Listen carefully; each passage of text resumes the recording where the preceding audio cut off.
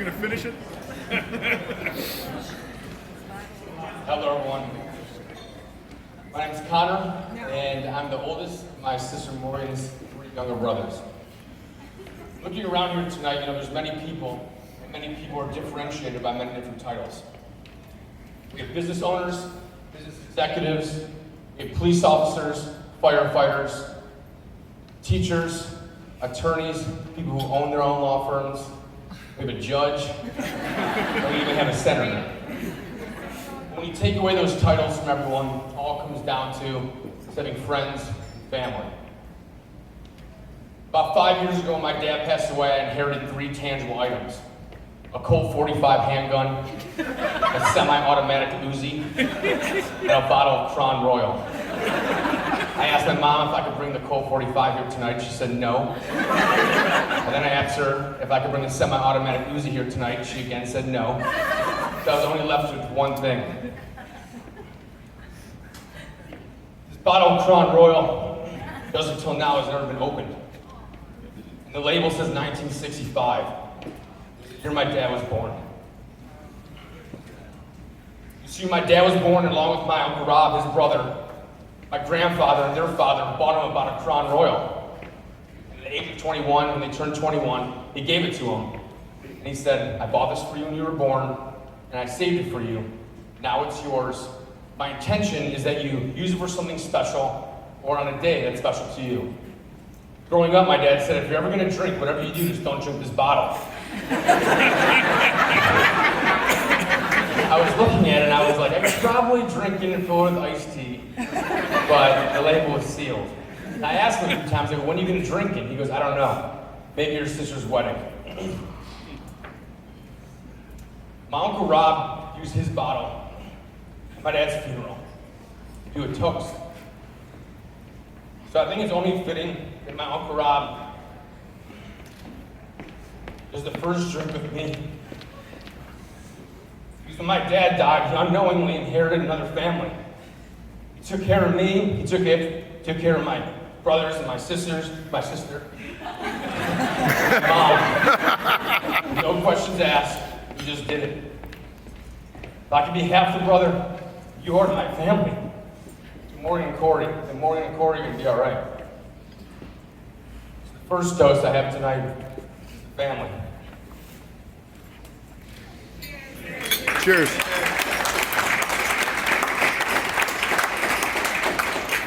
3 other individuals that day also inherited a family. Those 3 individuals were my dad's 3 best friends. When it happened, I was in college, and after college graduation, I had military obligations.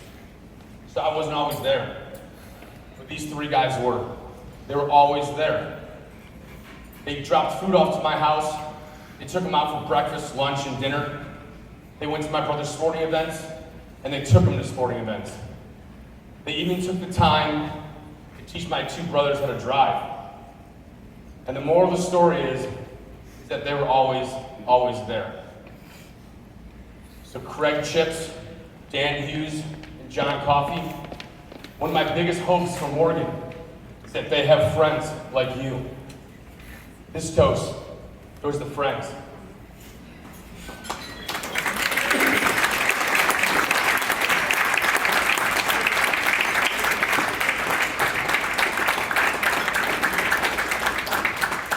Lastly, but most importantly, comes Morgan. About 2 years ago, Morgan came up to me and she goes, "You know what, Connor, I don't think you've ever complimented me."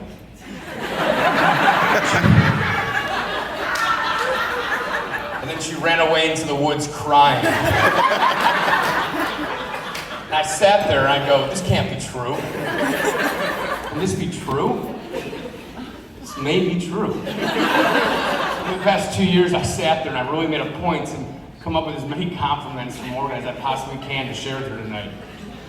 2 years straight, I compiled a humongous list of compliments, and I numbered them 1 through 4. So here they go. Morgan,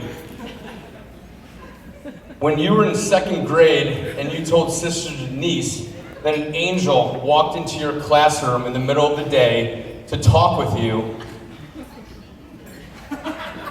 and that the angel was sent to you by God, you were really good at making me look bad to the nuns due to the fact that I never had secret special meetings with angels.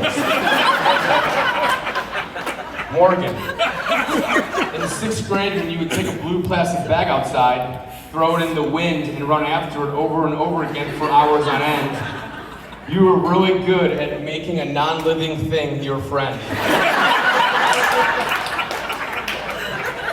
Morgan, in 7th grade, when you had that habit of repeatedly smelling your hands every 15 seconds like a complete freak, you were so good at utilizing your senses.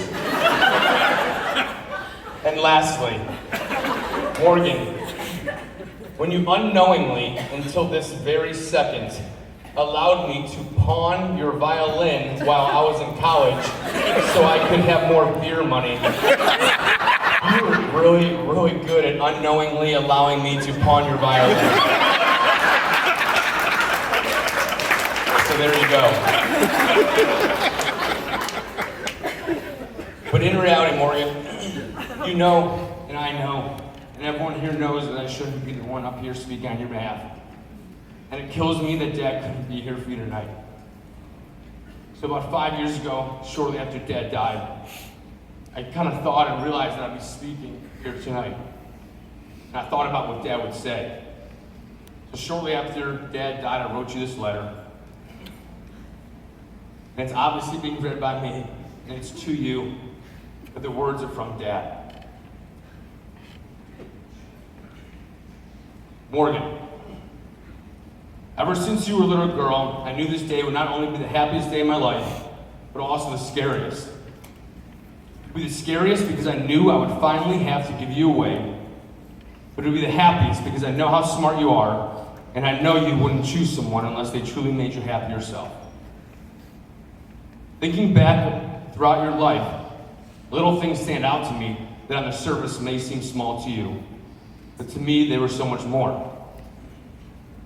Like the times when I would put you on my lap at the kitchen table and feed you, or when you and Connor would fight, and I would yell at and ground Connor. Or when you would get new school, athletic, homecoming, or prom pictures, and I would cut one out and pin it to the visor of my truck.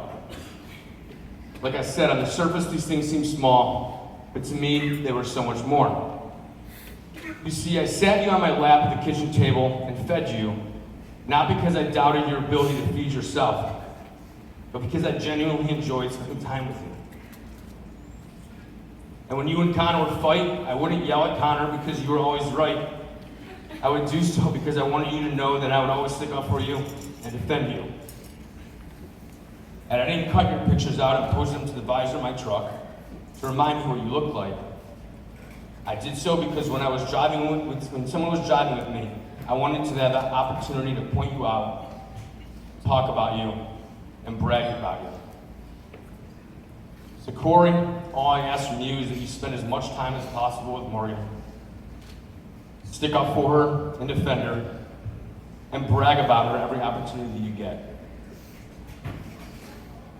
Cory, if you believe anything I ever tell you, believe when I tell you that my father would have loved to have you as a son. So this toast is to Morgan and Cory.